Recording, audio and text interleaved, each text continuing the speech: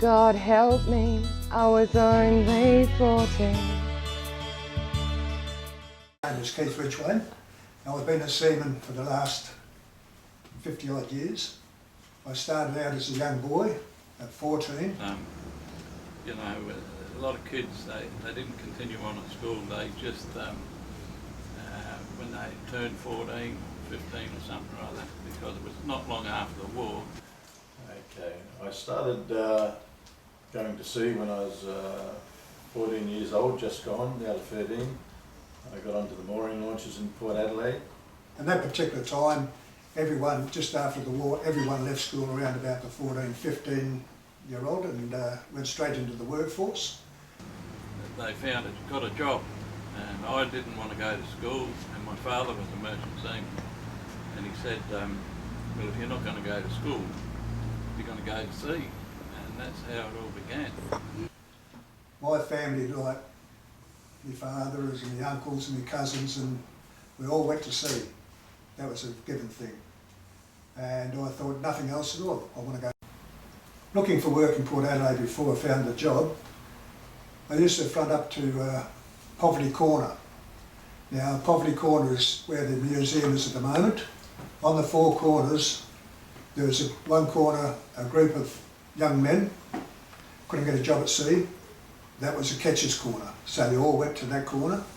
If you wanted a job on the wharf, you went to the other corner, or the wool stores, or the flour mills. Each one had its corner, and a person come up, they'd know, like, you're on the catcher's corner, so you want a job in the catcher's.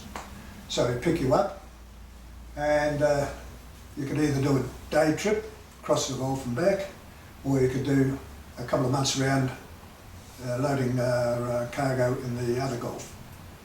It was a very heavy job with the lumpers especially. Being a boy, I was given jobs which they call passing down, the bag would slide down the chute, drop here, you'd twist it over, then drop it down into the hole, and they would come and take it away and run off with it, sort of thing, you know.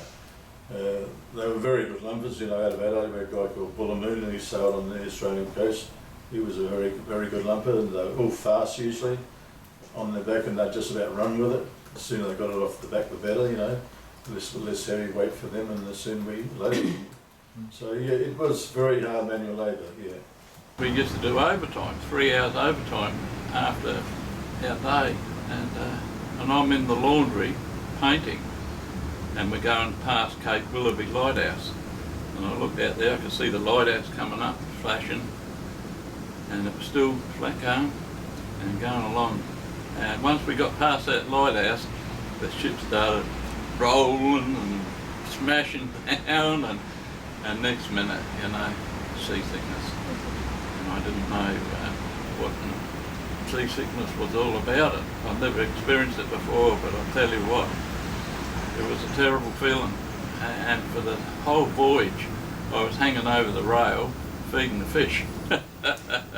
Twice in my life. Once was in the Great Australian Bight on an oil rig tender, going up on top of a wave in the gale and coming down and landing on its belly. That was scary, and all shut down, and it really smells and it makes you sick, and I was sick then. I was sick once on the ketch. That's when we're diving into seas and living in this forecastle with the anchor chain and all that around you. It was very damp and smelly, and I did get sick there as a boy, but that was only 2 times in my life, yeah. Foley, when it sailed out to Australia, we had a skipper going over called Captain Vaughan. He bought the Foley. He said that was the best type of vessel for South Australia. Now, they sailed out here in 110 days under sail, and there was about 8 young people, young men, 18, 20. When they got here, there was no way to get back home. They just couldn't catch a plane or another ship, or they had to stay here. So they made their home in Adelaide. A lot of ships done that. And Port Adelaide in particular, a lot of seamen ended up living in South Australia. My father was a seaman. He went to sea for 41 years. I was a sailor. I was at sea for 41 years. But most of my last part of my 41 years was when I was 27 years working in the bunkering business in Port Adelaide. My brother went to sea for 46 years. My grandfather went to sea for a lot of years. I can't remember how long he was at sea. My cousins, 2 or 3 cousins were at sea for a long time. My uncle Max was at sea for a long time. And then it goes back as far as I can, you know,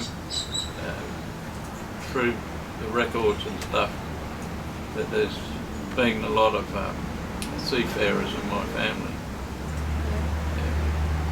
Yeah, I made some beautiful friends. And I still talk to one of them now. He lives up in Cairns. Yeah, but my brother did the same thing. He worked on the ketches with me. And there's still the odd one around that I see in the street. Wave to them and say hello and have a little bit of a chat. But most of them are gone.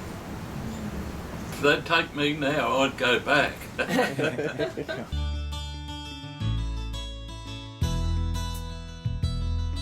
God help me, I was only 14.